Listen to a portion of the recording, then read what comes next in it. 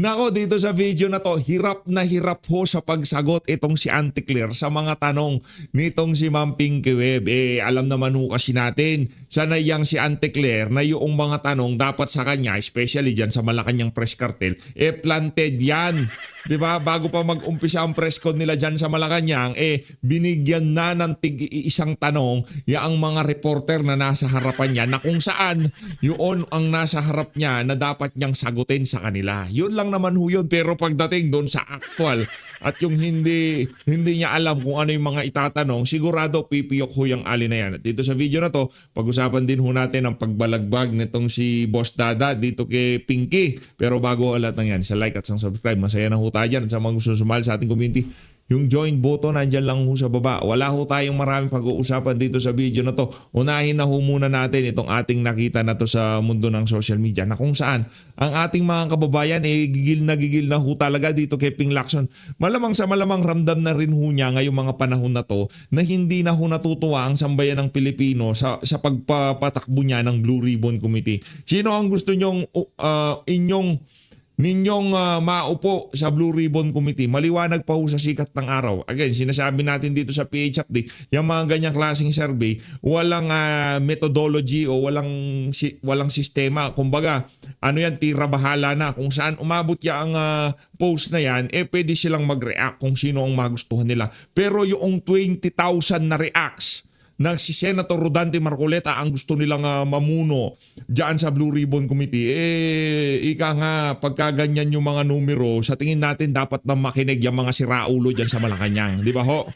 Kasi mga kababayan, kung hati ito, 20,000 yung nakakita nitong post na to, tapos 10,000 kay Ping Lacson, 10,000 kay Senator Rodante Marcoleta, mapapaisip pa ako Yung tipong mapapasabi pa ako, baka gusto rin ng ating mga kababayan itong si Senator Rodante Marcoleta. Again, ito hindi walang sistema. Kumbaga tira bahala na. Kung sinong makakita ng post na yan, mapa Duterte, mapa Pinklawan, Dilawan, Talyanista, Ensaymada, wala hong pinipili ang post na yan. Pero base dito sa heart reacts na nandito, ayan ho mga kababayan, ayan, pagka kasi gusto mo si Senator Rodante Marcoleta, i-click mo yung heart. Pagka dito ho nakita natin, pagka gusto yung si Ping Lacson, ilagay nyo yung lap emoji. Ang nakikita ho natin dito, 20,000 likes. Na kung saan gusto ho ng ating mga kababayan. Walang sistema. Pero dito sa isa na to, dahil 20,000 to, kailangan kong maipakita sa inyo to. At ano nga ba ang masasabi nitong si Boss Dada diyan sa mga punto de vista na yan ni Pinky, na kung saan pati itong si Senator Bato de la Rosa ay nahanap nitong walang hiya na to. Pakinggan natin mga kababayan. Walang hiya talaga tong si Pinky. Okay? Alam mo, Ping, kung ano-ano ang inaasikaso mo at inaatupag mo huwag mong pakialaman yan. Pabayaan mo na yan. Focus ka na maipakulong yung mga totoong magnanakaw sa pera ng taong bayan. Yun ang importante. Wala kami... Shoutout muna kay Boss Dada. Palakpakan natin si Boss Dada. No? Isa yun sa mga pinapanood nating membro ng Banatero. Siyempre, si Jay Guevara. Naku, pinapanood din ho natin yan. Malupit yan. Si Coach Ole. Naku, Coach Ole, palakpakan natin. Mga may prinsipyo ba yan? Pinapanood natin. Coach Ole, Boss Dada. O siyempre, si Banat ba ano yan kumbaga yan talaga ang malupit pagdating sa paggawa ng reaction video at pagbibigay ng mga punto de vista sa mga nangyayari sa ating bansa. Pero ito kasi si Boss Dada, lately talagang napakakatibo niya sa FB, kaya talagang mayat maya nakikita natin mga post niya. Palakpakan natin itong si Boss Dada. Mega love shoutout dito kay Boss Dada. Yung pumasok si Bato o hindi, ang importante. Idolo. Mag-focus ka doon sa Blue Ribbon Committee hearings mo. Correct. At kailangan mapanagot natin yung mga totoong magnanakaw sa bayan, hindi yung mga kalaban mo at hindi yung mga kagalit mo dyan sa Senado yung ginagamit ninyong scapegoat. Oo, tama, scapegoating ang tawag dyan. Na itong mga taga-DPWH, yung mga pangalan na inilabas noong mga testigo dyan, hindi mo maipatawag, tapos nakikialam ka rito sa kaso ni Bato. Unahin natin yun. Huwag kang pumayag na dungisan ng DPWH yung magandang reputasyon at pangalan ng Senado at mga senador na mga kasamahan mo. Huwag kang makapili at huwag kang traidor sa institusyon na kinabibilangan mo, Ping. Tinataranta. Ang problema kasi dito, Boss Dada, hawak siya ng mga oligarko Yun talaga problema dito Kasi ako, di ako naniniwala si Martin Romualdez lang ang may hawak dito sa mama na to. Balita ako, consultant to daw ho yan, di umano ng isang mayamang oligarko. Consultant siya. Ngayon, tayo ho dito sa PH Update na noong nabalitaan natin, nakita natin yung mga mga nagpapatotoo, mga napanood nating video na ito talagang yung mga larawan na nagkalat sa social media, malamang sa malamang hindi lang ho si Marcos Jr. ang may hawak nito. Pasalamat itong si Marcos Jr., yung mga oligarko ayaw din ho siyang mapaalis diyan sa Malacanang. Kaya itong aso nila sa Senado, talagang todo suporta ho sila. Todo suporta ho itong mga walang yan na to doon sa naratibo na dapat mailihis ang usapan mula dito sa mga kay Martin Romualdez at kay Marcos Jr. papunta dito kay Sara Diskaya at Curly Diskaya at sa mga district engineer. Teka lang, ang problema, isa pang problema natin dito mga kababayan, yung mga district engineer, karamihan, ano ho sila eh. Nakita ho natin mga ano ho sila, mga, anong tawag dito, mga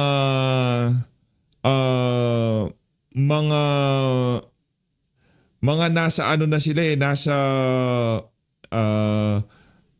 ba yun?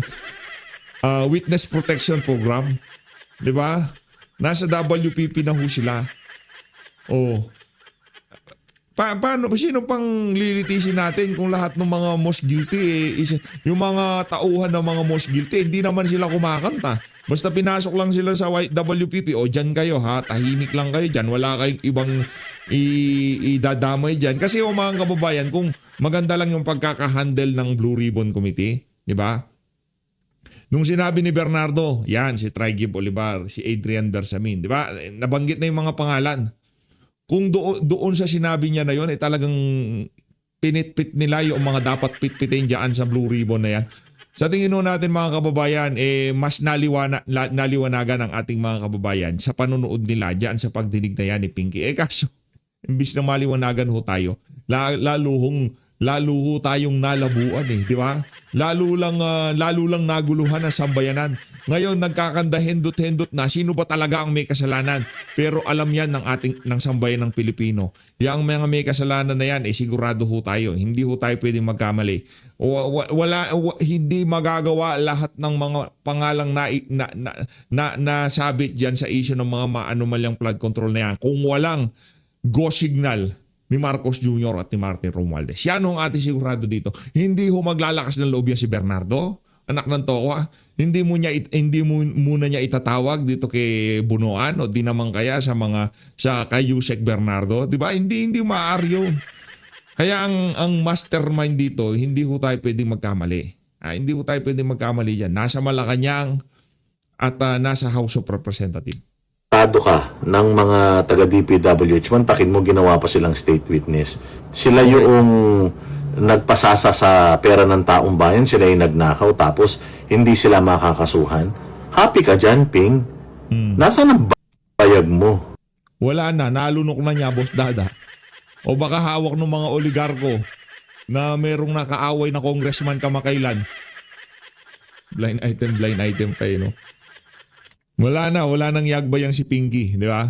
O lipat na ho tayo dito kay Attorney Rowena Guanzon. Maganda yung pagpapaliwanag niya kung ano ba yung diverticulitis na yan. Game.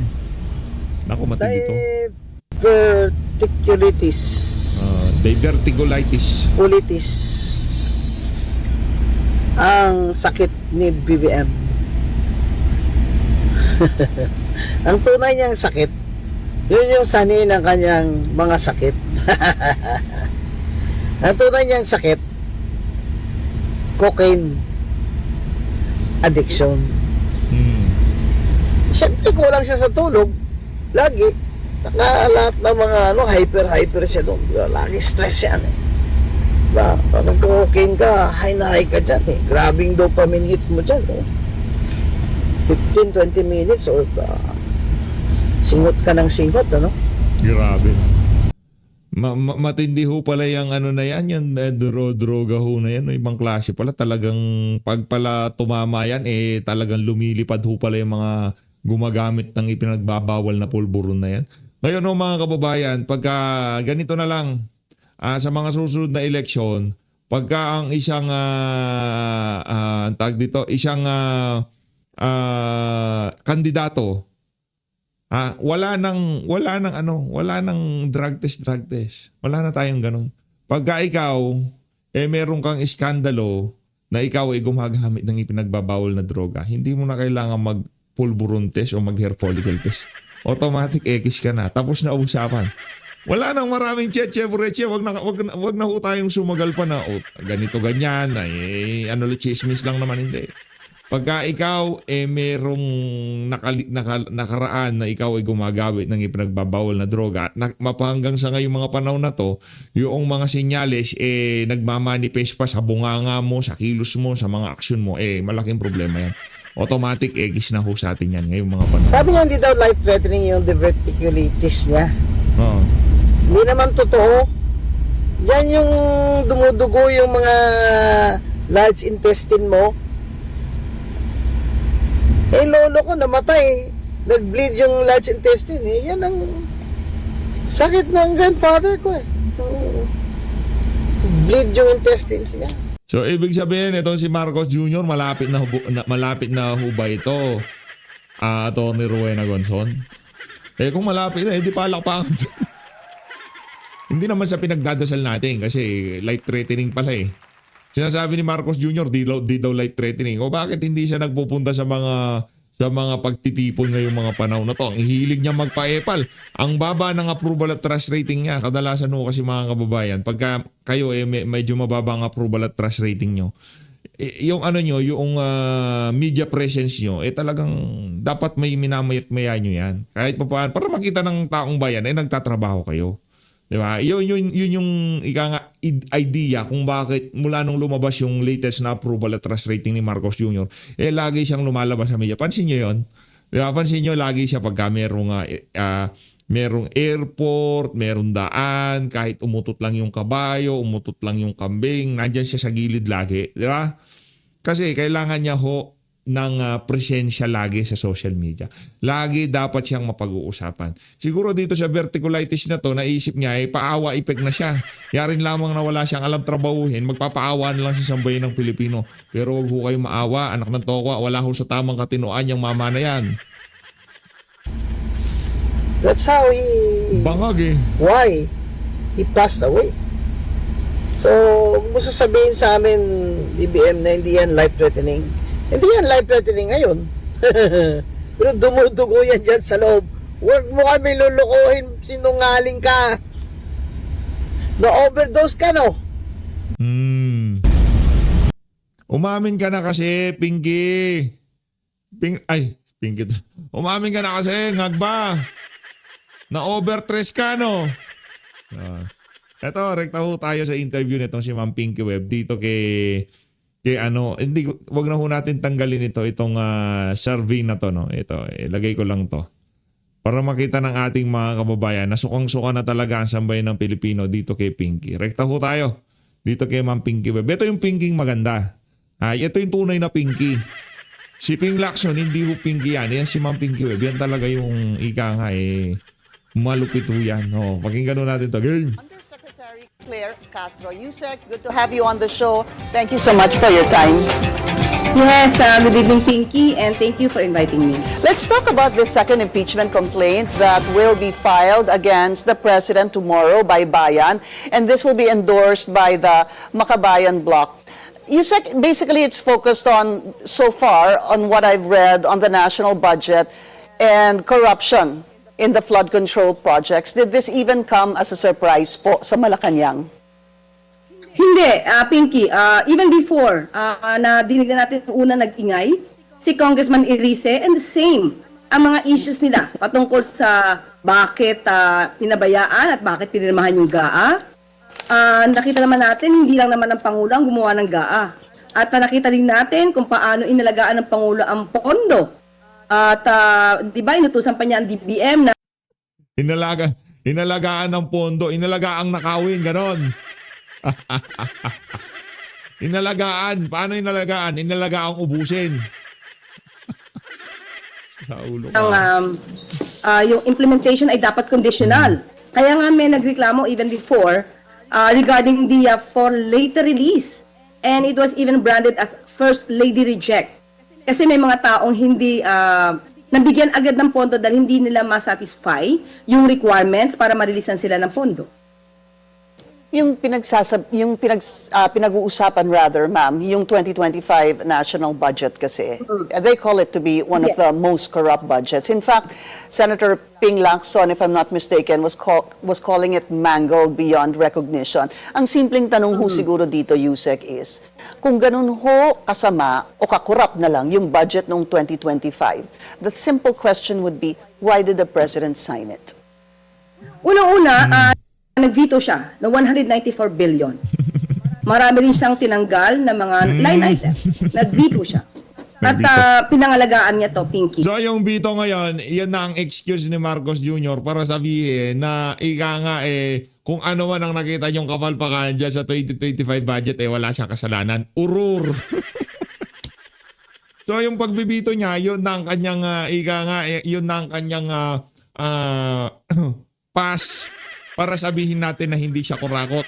Urur! Kaulo talaga. Hindi naman Isang kasi tama agad mo, ante, makikita kung ano ang proyekto maanumalya.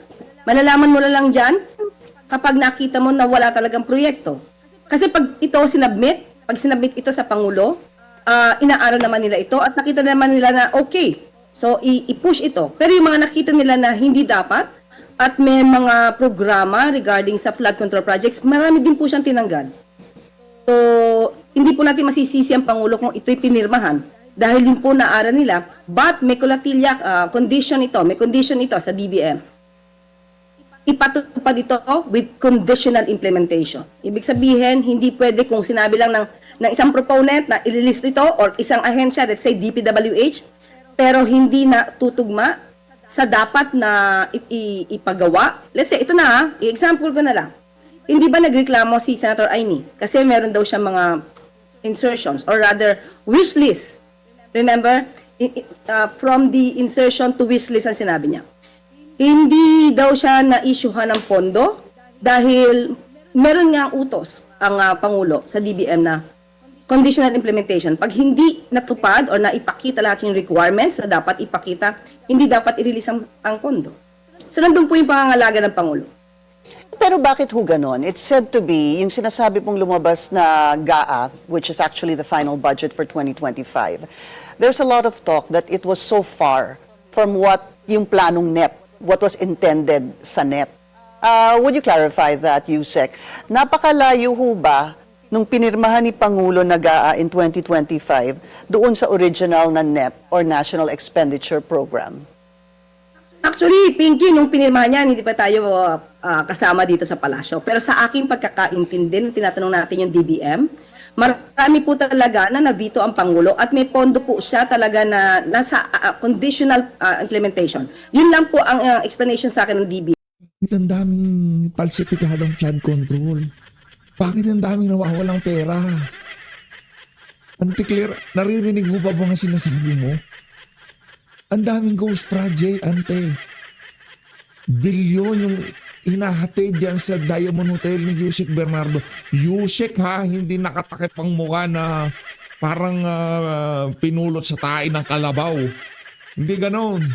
Yusek Bernardo ang nagsasabi nang nagdadala siya ng sandamukal na pera na galing sa kickback, galing sa flood control. Ako, personally, di na ako umaasa na magkakaroon ng hustisya dito sa panahon na to, dito sa mga maanumalyang flood control. Lahat ng paglilinis, pagwawalis, ginagawa ho nilang lahat yan. Na DOJ, Ombudsman, Blue Ribbon Committee, talagang gusto ho nilang absueltuhin si Marcos Jr. at itong si Martin Romualdez. Yun ang ating nakikita. Wala ho tayong makukuhang hustisya ngayong mga panahon na to. Umaasa na lang ho talaga tayo na talagang yung verticulitis talagang. Di ba? Ikaw nang bahala, verticulitis. Kasi sinerge ko Tinanong ko kay ChatGPT kung yung verticulitis ba life-threatening, gaano ka-serious. Matindi daw ho mga kababayan. Hindi ho yan yung sinasabi nitong si Marcos Jr. na hindi siya hindi life threatening. 'Di ba? Malayo pa seryoso ho ang karamdaman nitong si Marcos Jr. Kaya ipaubaya na ho natin kay verticulitis. Kay diverticulitis ang ano na yan. Diverticulitis is the way.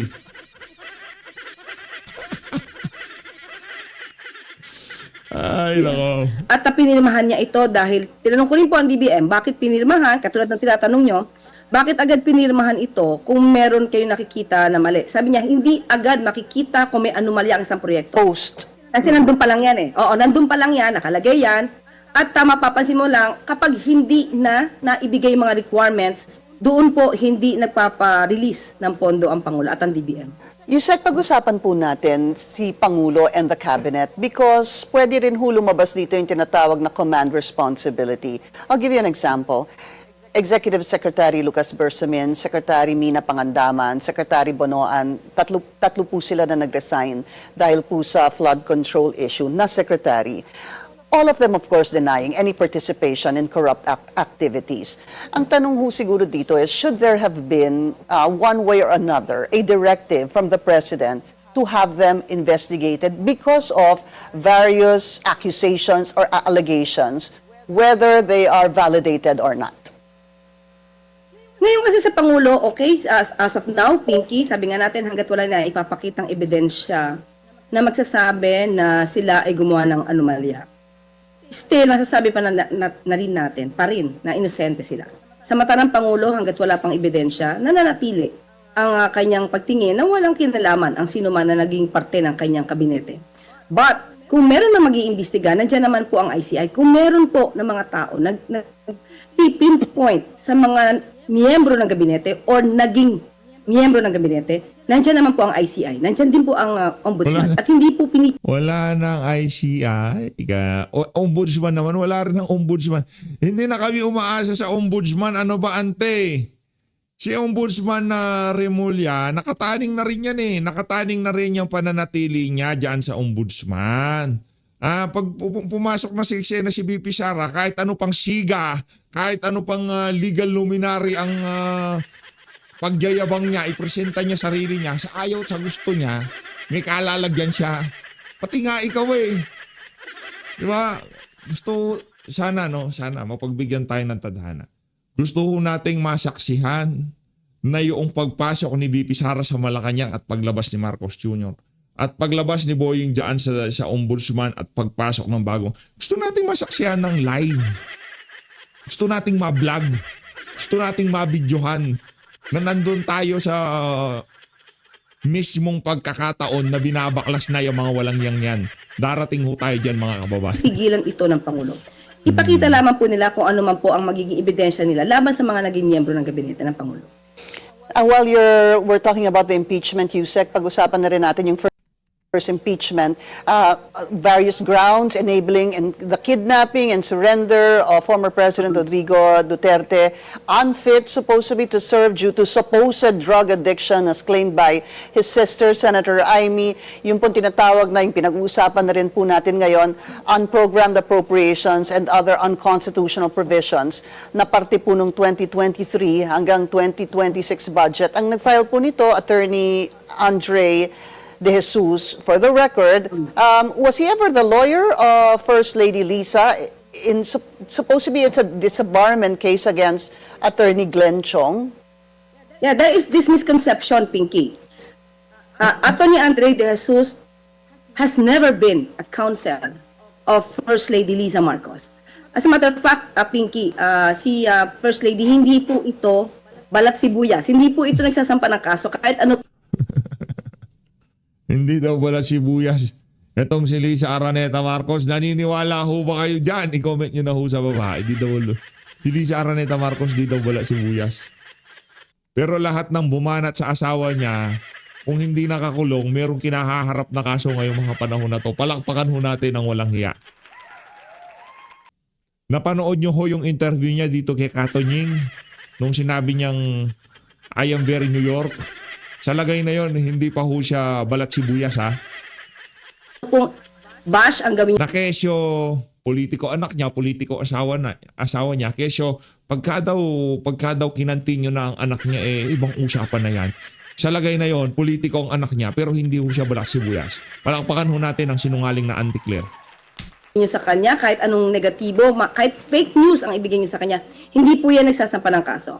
I believe Attorney Andre De Jesus just filed the case out of his own volition kasi hindi niya Hindi talaga nagsasampa ng kaso, nagugurgur karamihan ng mga madiin bumanat at di sisisi doon sa mga kalaban nila sa politika. 'Di ba? Nagugurgur, 'di ba? Yung mga bumabatikos dito kay Butod. nakita, hindi niya nagustuhan yung pambabastos ng mga salita na binanggit ni Attorney Glenn Chong sa ating unang ginang. So he has never been a counsel of First Lady. And he admitted, Pinky, he admitted that he is one or maybe was one of the counsels in the COMELEC issue regarding the PDP laban for Duterte group. Na that should be the one to be legitimated or considered legitimate. Nagkaroon po ng problema between the Pimentel group. Tama po Yes. yun, ano? So, if he did that, can we say that he's a DDS? But he also denied that he's a DDS. He's just making, maybe, he has this advocacy for the truth or for the country. I don't know, maybe. But he denied Okay. that he is a lawyer of FL, and he also denied being a DDS. All right. Yung pagdi-deny madali lang, pero yung laman ng impeachment complaint, ibang usapan nyo. Yung pagdi-deny madali lang Hindi ako DDS, hindi ako pakawala ni Lisa. Pero yung pinakamatinding ebidensya na pakawala siya ni Lisa, yung mismong impeachment. 'Di ba? Magsasampa ka ng impeachment 15 pages. Tapos wala mga ebidensya na isasabay mo doon sa impeachment. Basta yung 15 pages, para ka lamang gumawa ng resume mo na medyo maganda-ganda credential mo, di ba? 15 pages. Impeachment niya doon sa napakaraming sinasabi niya na problema dito kay Marcos Jr. Tama ba naman ho yun? Kaya sa Lunes, abangan ho natin kung paano tatrabahuhin itong sila Congressman Mike Defensoria ang impeachment na yan na isasampa dito kay Marcos Jr. Abangan ho natin yan mga kababayan. Senate hearing, I wanted to discuss with you, Yusek, senators, very annoyed yesterday doon po sa issue ng flood control coordinates na supposed to be binigay ni dating Secretary Bonoan kay Pangulong Bongbong Marcos. Ang sabi po ni former Secretary Bonoan, what he sent were the MIPS, MYPS, or to understand it better, yung planning stage coordinates and not the precise or actual ones. Naging focus po ng problema ito eh. Ano ho ang reaction ni Pangulo hinggil dito? Because Secretary Bonoan had said he informed the President also about this. Can you shed light on this, please? Actually, sabi po ni Sec Vince, ang nakausap ko po rito ay si Sec Vince at sa ngayon po talaga ay binubusisi niya kung ano-ano itong mga proyektong ito. Of course, sa Pangulo, hindi po siya matutuwa kung siya po ay kung may intention po ng panluloko. So, hindi naman po agad magbibigay ng judgment ang Pangulo patungkol dyan. Kailangan po niya ng kumpletong report na manggagaling mismo kay Secretary Vince Dizon. Pero how does he see Secretary Bonoan? Ano ho ang kanyang pakiramdam? Does he trust him? Does he think he was deliberately misled? Or talagang ang binigay lang po yung tinatawag na MIPS at hindi yung actual coordinates? Sa ngayon po, wala po nababanggit sa atin ang Pangulo patungkol po dyan kung ano nararamdaman niya kay Secretary Bonoan. Ang nabanggit lang po niya sa atin ay patungkol sa kanyang pag-testify. Kung tayo ba or siya ba ay naniniwala sa sinasabi ni Senator Bonoan or rather Secretary Bonoan. Ang sabi po sa atin ay kailangan siya naniniwala siya na si Secretary Bonoan ay magsasabi ng katotohanan diyan sa hearing po sa Senate. At obligado po siya na magsalita po ng katotohanan at naniniwala po siya na yun po, dapat siya magsabi kung ano ang nararapat at kung anong totoong nangyari. Ang nakikita po natin is a possible impeachment complaint, Yusek, against the President and also Vice President Sara Duterte. Looking at the scenario that an impeachment case can be filed against the President and the Vice President sa pareho pong taon in the same year. Ano po ang nakikita ng Malacanang na epekto nito sa Kongreso, sa trabaho ng Kongreso, and even in the international community? Yes, una po natin sinabi yan because sinasabi nga po na parang scripted itong impeachment at may bentahi nga daw po ang Pangulo. We answered that during the briefing na sinabi po natin na walang bentahe sa Pangulo ang impeachment complaint na ito. Bakit po? Dahil bilang Pangulo, hindi po maganda sa mata ng mamamayan at sa kahit po sa sa business po, sa ekonomiya. Hindi po magandang makita na ang Pangulo ay nai-issuehan. Tignan niyo po yung mga grounds na inilagay po dyan at isinulat. Lahat po ito ay Sa sobrang tagilid ng amo mo, makikipagsabayan na siya. Ano na rin natin yan, anticipated. Alam ko na nagagawin yung excuse yan na kayo naman hindi magandang imahe yan kahit na ano pang sabihin nila, walang matinong presidente na maghahain ng impeachment complaint laban mismo sa kanya. Naiintindihan namin yan, Auntie Claire. Pero sa tindi ng problemang kinasasangkutan ng amo mo ngayong mga panahon na to at marami na talagang nagnanais na talagang matanggal na siya dyan sa pagka-presidente. Anak ng towa, kung yan na yung pinaka last card niya para mapahaba pa ang kanyang termino, di ba? Magkaroon siya ng 1 taon para ika nga maging immune siya dyan sa impeachment na yan. Anak, kakagatin niya ho yan. Ano ba naman yung 1 o 2 buwan na mapag-usapan niya mga articles of impeachment na yan, di ba? Pero mapapahaba yung kanyang pananatili. Sa bagay, kung mapahaba man, si diverticulitis na ang bahala sa amo mong bangag. ay mapanira sa Pangulo. Kahit alam po natin na walang basihan. diverticulitis At ang Pangulo na mismo bahala nagsabi sa'yo. na wala po siyang ginawang impeachable offense. Pero still, nagiging issue po yan at ito definitely makakaapekto po ito sa ating ekonomiya. We'll be taking a very short break. We'll continue. Batangas 1st District Representative Leandro Leviste. Meron ho bang update dito? Sa ngayon, Pinky, it was just filed last Friday. So I haven't received any summons, neither the complaint. So wala pa po. Hindi ko pa nababasa yung pinakalaman. And ganun ho yung magiging proseso. You will receive a summon tapos kayo po ay sasagot o magpapakita po sa paano ho yun? Yes, this case kasi, Pinky, civil case is different from criminal case. Pag civil case kasi, all you have to do is just wait for the process server or the sheriff to serve the summons together with the complaint and maybe all the annexes attached thereto. It will be served to the address na binigay nung complainant. So I don't know anong address binigay niya sa akin. Maybe sa Malacanang. I really do not know. Hindi ko pa nakita. So, I will just wait. Oh, sige, Yeah, sorry, I know this is the first time I spoke to you since pumutok po ito nung Friday. Were you surprised, angry, shocked by this case? Because I remember the congressman saying during his interview that ayaw daw niya po kayong masaktan kaya hindi criminal case ang finailaban sa inyo kundi civil case. I was just surprised that I was the one being singled out in this case. I do not want naman to say that you should file a case against Ombudsman Rimulya, but the source of this is... Bakit? Bakit? Tinext ka ba ni Rimulya? Bakit? Sabi ba sa'yo ni Rimulya? Bakit? Pati ako dinadamay-damay niyo sa awal yung dalawa. Napagalitan mo siguro kay Boying Rimulya. Sabi, kasi ito, mayat-maya sabi niya bakit ako lang kinakasuhan? Nagalit siguro to si Rimulya. Ombudsman Rimulya, and I was Ba't pati ako dinadamay-damay mo sa... just making a reaction in my video. And one advice pa that I gave... Pagka ganun, di ka marunong gumawa ng reaction. Pagka ganun, huwag ka na mag-react. Kung nakakasuhan ka, di ba? Ano ka kasi, Auntie Claire Ang problema sa'yo, napakadalahira ng bunganga mo. in the video is, kung wala, this is very clear, kung wala naman nilalabag na batas, there's nothing to worry on his part.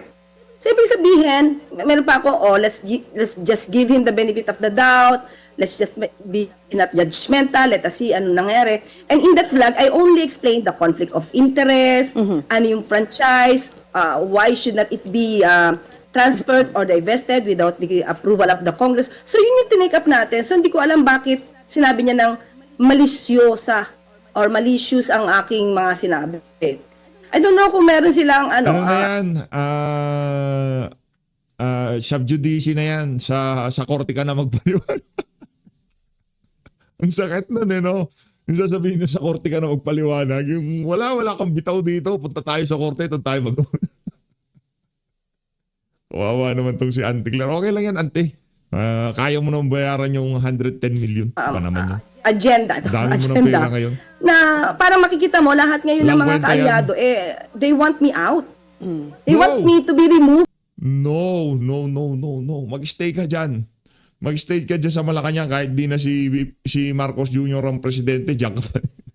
Walang problema sa amin yan, di ba? Pero pagka si BP Sara na, kung si BP Sara, siyempre di ka pwede dyan. Anak ng tokwa, galit sa ano yun, galit sa mga palsipikado ang utak yun, di ba? Hindi ka pwede doon. Baka majombag ka nun. Naku, black eye kang biglang umuwi sa inyo. Hindi pwede yun. Pagka nandyan na si BP, ano ka na, iskapo ka na ng mabilis. Kahit di ka pa sinisibak, alis ka na, di ba? O. Ngayon, pagka kunyari, nanalo si John Vic Rimulya, manatili ka dyan, anak ng toka. Yung approval at trust rating naman ni John Vic, ang pasadsarin mo. Diyan ka kasi, yan ang expertise ni Auntie Claire. From the as palace press officer. Pansinin mo, parang gano'n talaga ngayon yung kanilang naratibo eh. So Yusek, after nung mag-file siya, nung libel case noong Biyernes, were you still discussing this issue sa inyong YouTube channel? I discuss still the one that wherein you had interviewed him. I took that up. I discussed that, and the franchises that the law that granted solar para sa bayan, granted that franchise. So I have to explain why there should be a need for annual report. Just making it or saying it as defunct. It should not be that way. There should be an annual report from the time the said franchise was granted to him. So it's 2019. So 2020, 2021, 2022, he should have been, he should give at least the annual report. Annual report yun eh. So dapat dun pa lang kung if he had any problem with the implementation or the issuance of the IRR, yung implementing rules and regulations, he should have reported that kasi meron siyang annual report sa Congress. So, required yun eh, nasa batas yun eh. Yun yung dinidiscuss ko, actually, Pinky. And Yusek, that would probably also be, should this be discussed or taken up or heard in Congress? After all, it was Congress that granted that franchise. Sabi nga nila, ang franchise ay isang pribilehiyo. So, nagkakagulo kasi dun sa, that's why when I interviewed the congressman, I wanted to make sure I understood all the three companies kasi meron pong Solar Philippines Holdings, meron pong SPNEC, dating SP Nueva Ecija na naging SP New Energy, tapos meron pong itong Solar para sa Bayan. But I do recall when I talked to him about Solar para sa Bayan, well, first of all, I discussed the 24 billion that the DOE is saying na pagmumultahin nila ang Solar Philippines. When I asked Secretary Sharon, ano po ang kumpanya na may utang na 24 billion, ang sabi daw niya, si Solar Philippines. So, meaning that would be the mother company. Yusek, has the President reacted on this supposed 24 billion penalty the DOE is imposing again? Wala na, bulahan na lang ho ito. Kahit si Ma'am Pinky Web, alam niya ho na talagang walang pananagutan itong si Congressman De Viste dyan sa ano na yan. As always, maraming salamat po sa pag-support sa Page Update. Mag-ingat po kayong lahat ng Pilipinas. Maraming salamat po. Palakpakan natin itong si Senator Rodante Marcoleta. Iyang si Auntie Claire, di makakaisa sa atin yan.